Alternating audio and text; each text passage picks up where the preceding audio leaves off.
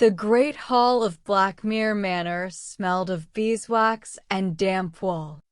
Torches flickered in iron sconces as Lord Everard of Blackmere sat rigid in his oak chair, his dark tunic trimmed with rabbit fur, a privilege of his rank. Before him stood Clara, barefoot, her wrists bound loosely with rope. She wore only a floor-length dark blue shift, plain cotton, long-sleeved, with a modest neckline, the standard undergarment for servant women in 14th century England, often worn alone by the poor. "You stole my mother's silver spoons," the Lord said, voice low. "Confess, and I'll spare the stocks." "I did not," Clara replied, her voice steady despite the chill. "I cleaned that cupboard thrice this week. Ask the scullery boy, he saw me." A murmur rippled through the retainers. The Lord's jaw tightened. "Your word against a noble's? You're less than a sparrow in God's eye." Something snapped. Clara lifted her chin. "Then may God strike you blind before you see truth, my lord. May your pride choke you before mercy touches your heart." Silence fell like a guillotine. To curse a lord, especially with divine invocation, was near treason in feudal England. The hall froze. Even the hounds stopped scratching. "Take her to the dungeon," Lord Everard commanded, his voice like stone. "Let her learn the price of blasphemy." The dungeon beneath Blackmere was cold, wet, and windowless, a typical feature of English manor prisons, often carved from bedrock beneath the keep. Straw lay scattered over the stone floor, damp and reeking of mildew. Iron rings jutted from the walls, though Clara was not chained yet.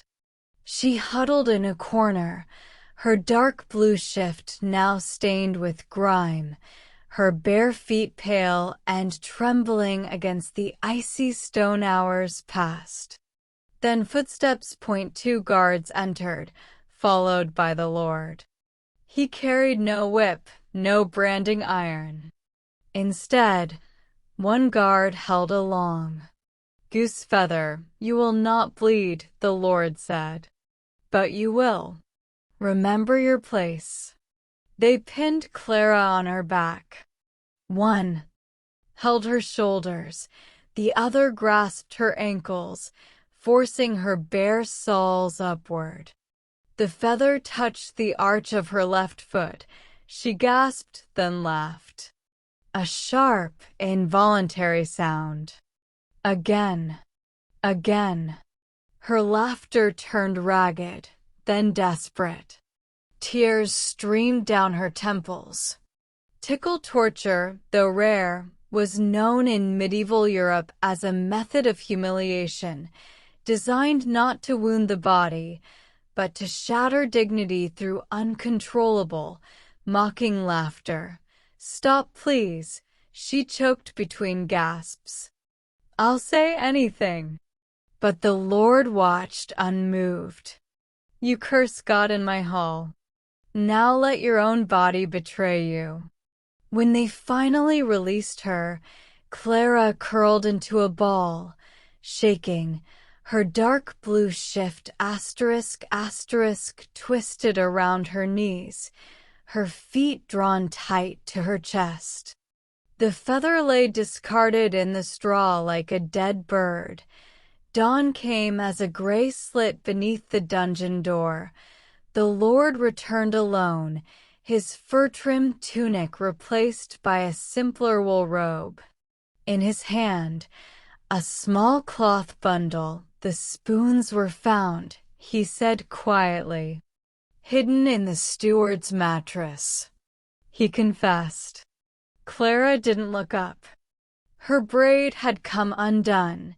Strands of blonde hair clung to her tear-streaked cheeks, I offer you silver, he continued, and your freedom. She rose slowly, her dark blue shift hanging limp on her frame, her bare feet silent on the stone. You didn't punish a thief, she said, voice raw but clear. You punished a woman who spoke truth. That curse wasn't mine, it was yours. You heard it, and you chose cruelty anyway. The Lord flinched. She walked past him, out of the cell, up the narrow stone stairs, into the courtyard where mist curled over the thatched roofs of the village.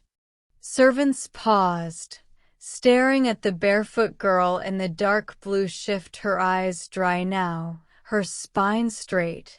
Behind her, in the dungeon's echoing dark, the ghost of her laughter still hung in the air, not of joy, but of warning, and Lord Everard, for the first time in years, felt the weight of his own silence.